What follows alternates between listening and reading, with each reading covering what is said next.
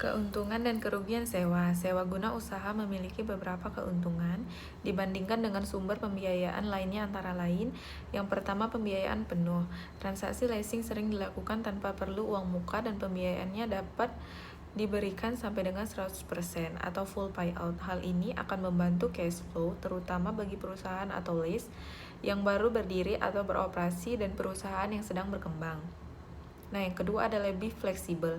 Dipandang dari segi perjanjiannya, leasing lebih luas karena leasing lebih mudah menyesuaikan keadaan keuangan lease dibandingkan dengan perbankan. Pembayaran sewa guna usaha atau payment lease secara berkala akan ditetapkan berdasarkan pendapatan yang dihasilkan lease, sehingga pengaturan pembayaran sewa guna usaha secara berkala dapat disesuaikan dengan pendapatan yang dihasilkan aktiva yang akan di-lease. Nah, yang ketiga, sumber pembiayaan alternatif. Leasing merupakan sumber pembiayaan lain bagi perusahaan tanpa mengganggu jalur kredit yang telah dimiliki. Dari segi jaminan, leasing tidak terlalu menuntut adanya jaminan tambahan yang lebih banyak dibandingkan apabila lease memperoleh pinjaman dari pihak lainnya. Yang keempat ada off balance sheet. Tidak adanya ketentuan keharusan mencantumkan transaksi leasing dalam neraca memberi daya tarik tersendiri kepada lease, karena tanpa mencantumkan sebagai aktiva berarti prosedur pembelian aktiva tidak perlu dipenuhi secara terperinci. Yang kelima ada arus dana. Persyaratan pembayaran di muka yang relatif lebih kecil akan sangat berpengaruh pada arus dana. Yang keenam, proteksi inflasi. Leasing merupakan pelindung terhadap inflasi meskipun dalam beberapa keadaan sering dikatakan kurang relevan. Nah, yang ketujuh itu perlindungan akibat kemajuan teknologi. Dengan memanfaatkan leasing, lease dapat terhindar dari kerugian akibat barang yang disewa tersebut mengalami ketinggalan model atau sistem disebabkan oleh pesatnya perkembangan teknologi. Nah, yang ke-8, sumber pelunasan kewajiban. Pembatasan pembelanjaan dalam perjanjian kredit dapat diatasi melalui leasing karena pada umumnya pelunasan atau pembiayaan sewa hampir selalu diperkirakan berasal dari modal kerja yang dihasilkan oleh adanya aktiva yang dileasingkan. Yang ke-9, kapitalisasi biaya. Adanya biaya tambahan selain harga perolehan seperti biaya penyerahan, inflasi, pemeriksaan, dan lain sebagainya dapat dipertimbangkan sebagai biaya modal yang dapat dibiayai dalam leasing dan dapat disusutkan berdasarkan lamanya masa leasing. Nah, ke-10, resiko keuangan. Dalam keadaan yang serba tidak menentu, leasing yang berjangka waktu relatif singkat dapat mengatasi kekhawatiran lease terhadap resiko keuangan, sehingga lease tidak perlu mempertimbangkan resiko pada tahap dini yang mungkin terjadi. Nah, ke-11, kemudahan penyusutan anggaran. Adanya pembayaran sewa guna usaha secara berkala yang jumlahnya relatif tetap akan merupakan kemudahan dalam penyusutan anggaran tahunan lease. Yang ke-12, pembiayaan proyek skala besar. Nah, selanjutnya yaitu kerugian. Selain manfaat, sistem sewa guna usaha ini juga memiliki beberapa kerugian, antara lain. Yang pertama, hak kepemilikan barang yang hanya akan berpindah apabila kewajiban lease telah diselesaikan dan hak opsi digunakan. Yang kedua, seandainya terjadi pembatalan suatu perjanjian sewa guna usaha, maka kemungkinan biaya yang ditimbulkan cukup besar. Nah, yang ketiga, barang modal yang diperoleh oleh lease tidak dapat dijadikan jaminan untuk memperoleh kredit. Yang keempat, resiko yang melekat pada peralatan atau barang modal itu sendiri. Kemungkinan adanya kenakalan penyewa guna usaha untuk melakukan jual atau sewa kepada pihak sewa guna usaha yang lain. Yang kelima yaitu fluktuasi bunga. Adanya fluktuasi bunga menimbulkan resiko bunga bagi perusahaan sewa guna usaha karena antara investasi dalam barang yang disewa guna usaha dengan sumber dana pembelanjaan tidak sesuai.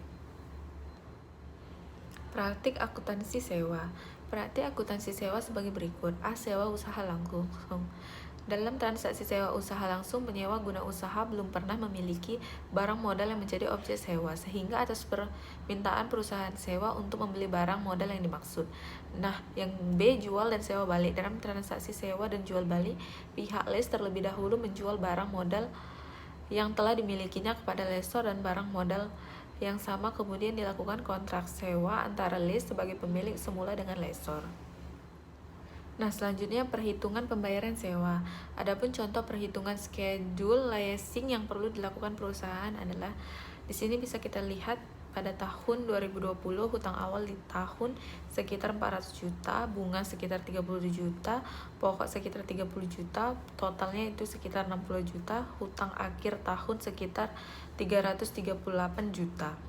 Nah, pada tahun 2021, hutang awal tahun sekitar 338 juta, bunganya sekitar 22 juta 40 ribu, pokoknya sekitar 34 juta 960 ribu, dan totalnya sekitar 60 juta.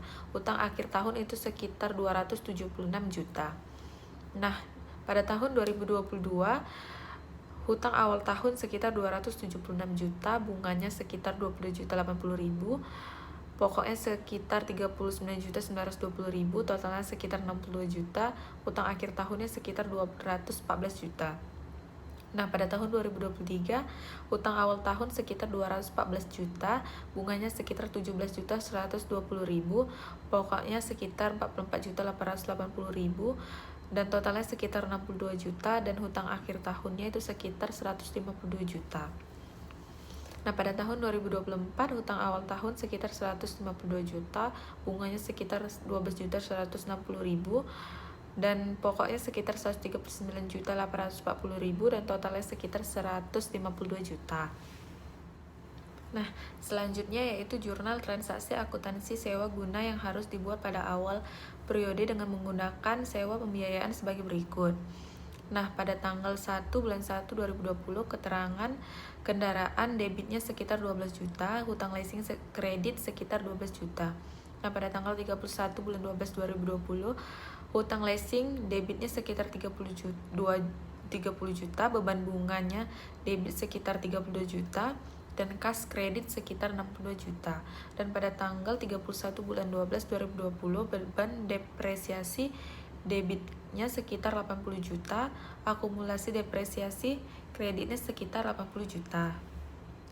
Nah, yang selanjutnya yaitu perhitungan pembayaran sewa. Contohnya PT Alatas yang telah dilakukan sebagai PKP menyewakan alat berat seharga 100 juta sebulan dengan pola SGU tanpa hak opsi kepada PT Pembangunan yang juga telah dikukuhkan sebagai PKP.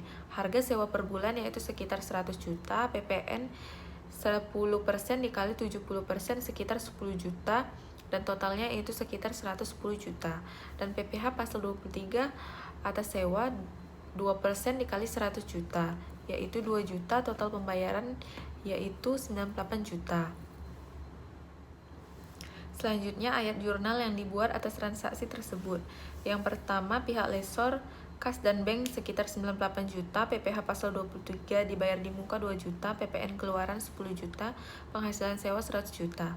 Yang kedua, pihak lease, beban sewa yaitu sekitar 100 juta, PPN masukan 10 juta, PPh pasal 23 terhutang 2 juta, dan kas dan bank sekitar 98 juta. Nah, selanjutnya yaitu penyerahan jasa dalam kategori sewa. Sebagai objek PPN sebagaimana diatur dalam pasal 4 ayat 1 huruf C, bahwa pengusaha yang melakukan kegiatan penyerahan jasa kena pajak meliputi baik pengusaha yang telah dikukuhkan sebagai pengusaha kena pajak maupun pengusaha yang seharusnya dikukuhkan sebagai pengusaha kena pajak tetapi belum dikukuhkan. Penyerahan dimaksud sebagai objek pajak pertambahan nilai. Nah, selanjutnya dilanjutkan oleh teman saya.